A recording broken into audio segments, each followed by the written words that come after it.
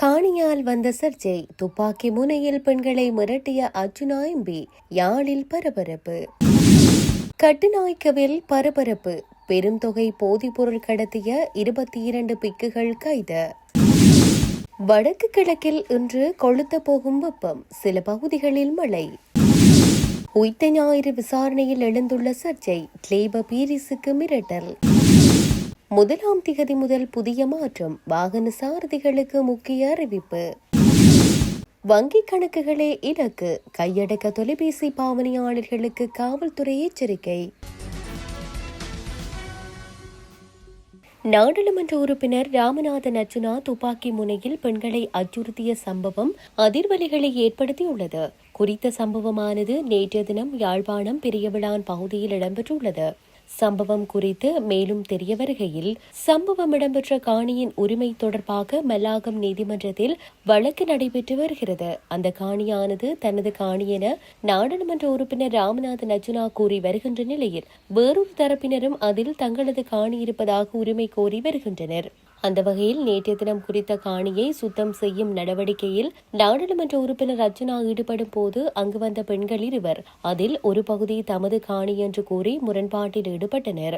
எதிரே நின்ற பெண்கள் கையில் எந்தவிதமான ஆயுதங்களோ பொருட்களோ இல்லாமல் நின்ற நிலையில் நாடாளுமன்ற உறுப்பினர் அர்ஜுனா திடீரென தனது துப்பாக்கியை எடுத்து அந்த பெண்களை மிரட்டியுள்ளார். பெண்கள் மீதான இந்த சம்பவமானது மிகுந்த அதிர்ச்சியை ஏற்படுத்தியுள்ளது. அனுர அரசானது நாடாளுமன்ற உறுப்பினர் ராமநாதன் அர்ஜுனாவிற்கு துப்பாக்கி கொடுத்துள்ளமை மக்களுக்கு ஆபத்து என ஏற்கனவே பல தடவைகள் பல்வேறு தரப்பினரும் சுட்டிக்காட்டிய நிலையில் இதுவரை அந்த துப்பாக்கியானது மீளப் பெறப்படவில்லை. இது இவ்வாறு தொடருமானால் அசம்பாவிதங்கள் ஏற்படும் என மக்கள் அச்சம் வெளியிட்டுள்ளனர். கட்டுநாயக்க பண்டார்நாயக்க சர்வதேச விமான நிலையத்தில் 110 கோடி ரூபாய்க்கும் அதிக மதிப்புள்ள போதைப்பொருள் பறிமுதல் செய்யப்பட்டுள்ளதுடன் பௌத்த பிக்குகள் கைது செய்யப்பட்டுள்ளனர். போலீஸ் போதைப்பொருள் தடுப்பு பிரிவை சேர்ந்த அதிகாரிகள் நேற்று சனிக்கிழமை இரவு நடத்திய சோதனையின் போது இந்த கைது இடம்பெற்றுள்ளது. பாடசாலை பொருட்கள் மற்றும் பல வகையான இனிப்புகள் நிரப்பப்பட்ட போலி அடிப்பாகம் கொண்ட சூட்கேஸுகளுக்குள் மறைத்து வைக்கப்பட்டிருந்த 110 கிலோகிராமுக்கும் அதிகமான குஷ் மற்றும் ஹசிஸ் போதைப்பொருள் இவர்களிடம் கண்டுபிடிக்கப்பட்டதாக அதிகாரிகள் தெரிவித்தனர். ஒவ்வொரு பிக்குவும் தங்களது பயண பைகளில் 5 கிலோகிராமுக்கும் அதிகமான போதைப்பொருளை எடுத்து வந்ததாக தகவல்கள் தெரிவிக்கின்றன. அனுசரணையாளர் ஒருவர் ஏற்பாடு செய்ததாக கூறப்படும் விமான டிக்கெட்டுகளை பயன்படுத்தி இந்த குழுவினர் ஏப்ரல் 22 அன்று பாங்காக்கிற்கு பயணம் செய்தமையும் புலனாய்வாளர்களால் கண்டறியப்பட்டுள்ளது. சந்தேக நபர்கள் வெளிநாட்டில் இருந்தபோது சாதாரண உடையில் இருந்த புகைப்படங்கள் மற்றும் வீடியோக்கள் கைபேசி மூலம் கண்டறியப்பட்டுள்ளது. பண்டார்நாயக்க சர்வதேச விமான நிலையத்தின் வரலாற்றில் இதுவே மிகப்பெரிய போதைப்பொருள் வேட்டை என்றும், அங்கு துறவிகள் பெருமளவு போதைப் பொருட்களுடன் கைது செய்யப்பட்டதாக பதிவு செய்யப்பட்ட முதல் வழக்கு இது என்றும் விவரிக்கப்படுகிறது. நாட்டின் பல்வேறு பகுதிகளை சேர்ந்த பல்வேறு கல்வி நிறுவனங்களில் உயர்கல்வி பயிலும் இளம் துறவிகள் என கூறப்படும் சந்தேக நபர்கள் மேலதிக நடவடிக்கைகளுக்காக நீர்கொழும்பு நீதவான் நீதிமன்றத்தில் ஆஜர்படுத்தப்பட உள்ளனர். நாட்டின் சில பகுதிகளில் பிற்பகல் வேளையில் இடியுடன் கூடிய மழை பெய்யக்கூடும் என வளிமண்டலவியல் திணைக்களம் எதிர்வு கூறியுள்ளது. மேல் சப்ரஹமுவ மற்றும் வடமேல் மாகாணங்களிலும் காலி, மாத்தறை, கண்டி மற்றும் நுவரெலியா மாவட்டங்களிலும் பிற்பகல் 2 மணிக்கு பின்னர் மழை அல்லது இடியுடன் கூடிய மழை பெய்ய வாய்ப்புள்ளது. காங்கேசன்துறை தொடக்கம் புத்தளம், கொழும்பு, காலி, ஹம்பாந்தோட்டை ஊடாக பொத்துவில் வரையான கரையோரத்திற்கு அப்பாலுள்ள கடல் பிராந்தியங்களின் சில இடங்களில் மழை அல்லது இடியுடன் கூடிய மழை பெய்யக்கூடும். கடல் பிராந்தியங்களில் மணித்தியாலத்திற்கு 20 தொடக்கம் 30 கிலோமீட்டர் வேகத்தில் தென்கிழக்கு திசையில் இருந்து காற்று வீசும். நாட்டை சூழ உள்ள கடல் பிராந்தியங்கள் இடைக்கிடையே ஓரளவு கொந்தளிப்பாக காணப்படும். ஆனால் இடியுடன் கூடிய மழை பெய்கின்ற சந்தர்ப்பங்களில் பலத்த காற்று வீசுவதுடன் அவ்வேளைகளில் கடல் பிராந்தியங்கள் தற்காலிகமாக மிகவும் கொந்தளிப்பான நிலையில் காணப்படும். இடியுடன் கூடிய மழை பெய்யும் போது தற்காலிகமாக பலத்த காற்று வீசக்கூடும் என்பதால் மின்னல் தாக்கங்களினால் ஏற்படக்கூடிய பாதிப்புகளை குறைக்க தேவையான முன்னெச்சரிக்கை நடவடிக்கைகளை மேற்கொள்ளுமாறு பொதுமக்கள் கேட்டுக் கொள்ளப்படுகிறார்கள். இந்நிலையில் நாட்டின் ஏனைய பிரதேசங்களில் பிரதானமாக வறண்ட வானிலையே நிலவும்.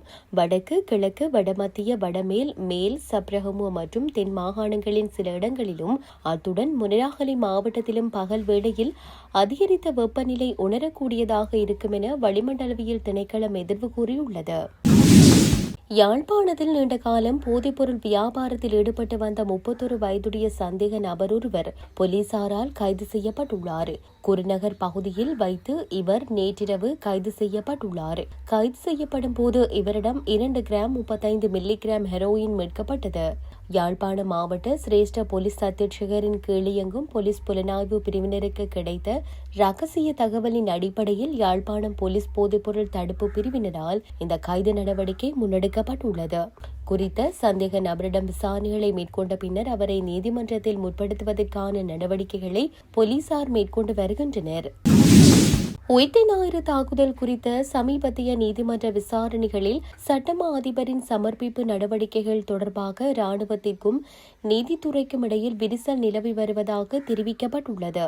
விசாரணையின் சமர்ப்பிப்புகளின் போது மேலதிக மன்றாடியன் நாயகம் திலீப பீரிஸ் ராணுவ புலனாய்வு துறையின் பங்கு குறித்து குறிப்பிட்டு கூறியிருந்தார். அதனைத் தொடர்ந்து ராணுவ தளபதிக்கும் திலீப பீரிஸுக்கும் இடையே நடந்ததாக கூறப்படும் தகவல் தொடர்பு குறித்து கேள்விகள் எழுந்துள்ளன. இந்த தகவல்களின்படி மேஜர் ஜெனரல் சுரேசாலே உள்ளிட்ட முன்னாள் ராணுவ உளவுத்துறை அதிகாரிகள் தொடர்பான நீதிமன்ற சமர்ப்பிப்புகளுடன் தற்போதைய ராணுவ தளபதி கடும் அதிருப்தியை வெளிப்படுத்தியதாக தென்னிலங்கை ஊடகம் ஒன்று விளக்கியுள்ளது. சாட்சிகளை அச்சுறுத்துவது, செல்ல பிராணிகளை கொல்வது மற்றும் சாட்சிகளின் வீடுகளில் ஆயுதங்களை வைத்து அவர்களை மிரட்டுவது போன்ற செயல்களின் மூலம் ராணுவ புலனாய்வு துறை தற்போது நடைபெற்று வரும் விசாரணைகளுக்கு தடையாக இருந்து வருவதாக திலீப பீரிஸ் கூறியுள்ளார். இந்த நிகழ்வுகள் முக்கியமான சட்ட மற்றும் அரசியலமைப்பு சார்ந்த கேள்விகளை எழுப்புகின்றன. பதவியில் இருக்கும் ஒரு ராணுவ தளபதிக்கு நீதிமன்ற மனுக்கள் தொடர்பாக ஒரு அரசு சட்டத்தரணியை நேரடியாக தொடர்பு கொள்ளவோ அல்லது கேள்வி கேட்கவோ என்ன அதிகாரம் உள்ளதென குறித்த ஊடக செய்தியில் கேள்வி எழுப்பப்பட்டுள்ளது. இலங்கையில் கையடக்க தொலைபேசிகளை பயன்படுத்துவோரின் வங்கிக் கணக்குகளை இலக்கு வைத்து முன்னெடுக்கப்படும் புதியதொரு டிஜிட்டல் மோசடி குறித்து காவல்துறையினர் பொதுமக்களுக்கு அவசர எச்சரிக்கை விடுத்துள்ளனர். அறிமுகமில்லாத இலக்கங்களில் இருந்தோ அல்லது உங்களுக்கு தெரிந்த நண்பர்களின் பேரிலோ வாட்ஸ்அப் மற்றும் டெலிகிராம் ஊடாக ஆபத்தான APK கோப்புகள் அனுப்பப்படுகின்றன. இவை திருமண அழைப்பிதழ்கள், மின்சார கட்டண விவரங்கள் அல்லது பரிசு பொருட்கள் போன்ற பெயர்களில் வரக்கூடும் என காவல்துறையினர் கூறியுள்ளனர். இவற்றை ஒரு புகைப்படம் ஒன்றோ அல்லது PDF கோப்பு ஒன்றோ நினைத்து கிளிக் செய்தால் அது உடனடியாக உங்கள் தொலைபேசியில் ஒரு மென்பொருளாக தானாகவே நிறுவிக்கொள்ளும் என அவர்கள் கூறியுள்ளனர். இந்த மென்பொருளூடாக ஹேக் செய்பவர்கள் தொலைபேசியை முழுமையாக தமது கட்டுப்பாட்டுக்குள் கொண்டு வருவார்கள் என காவல்துறையினர் எச்சரிக்கை விடுத்துள்ளனர். இதன் மூலம் தொலைபேசிக்கு வரும் SMS மற்றும் வங்கி கொடுக்கல் வாங்கல்களுக்கான OTP இரகசிய குறியீடுகளை அவர்கள் பெற்றுக்கொள்வார்கள் என தெரிவிக்கப்பட்டுள்ளது. இறுதியில் வங்கிக் கணக்கில் உள்ள பணம் முழுமையாக கொள்ளையிடப்படும் அபாயம் உள்ளது. எனவே அறிமுகமில்லாத இலக்கங்களில் இருந்து வரும் சந்தேகத்திற்கிடமான எந்த ஒரு APK கோப்புகளையும் தரவிறக்கம் செய்யவோ அல்லது திறக்கவோ வேண்டாம்.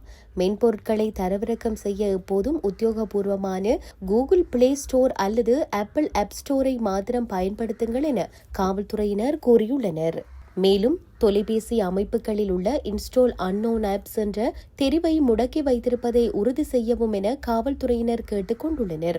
ஏதேனும் சந்தர்ப்பத்தில் இவ்வாறான மோசடிக்கு உள்ளாகியிருந்தால் உடனடியாக உங்கள் வங்கிக் கணக்குகளை முடக்குவதோடு அருகிலுள்ள காவல் நிலையத்திற்கோ அல்லது குற்றப்புலனாய்வு திணைக்களத்தின் கணினி குற்றப்புலனாய்வு பிரிவிற்கோ அறிவிக்குமாறு பொதுமக்களை கேட்டுக் கொண்டுள்ளனர்.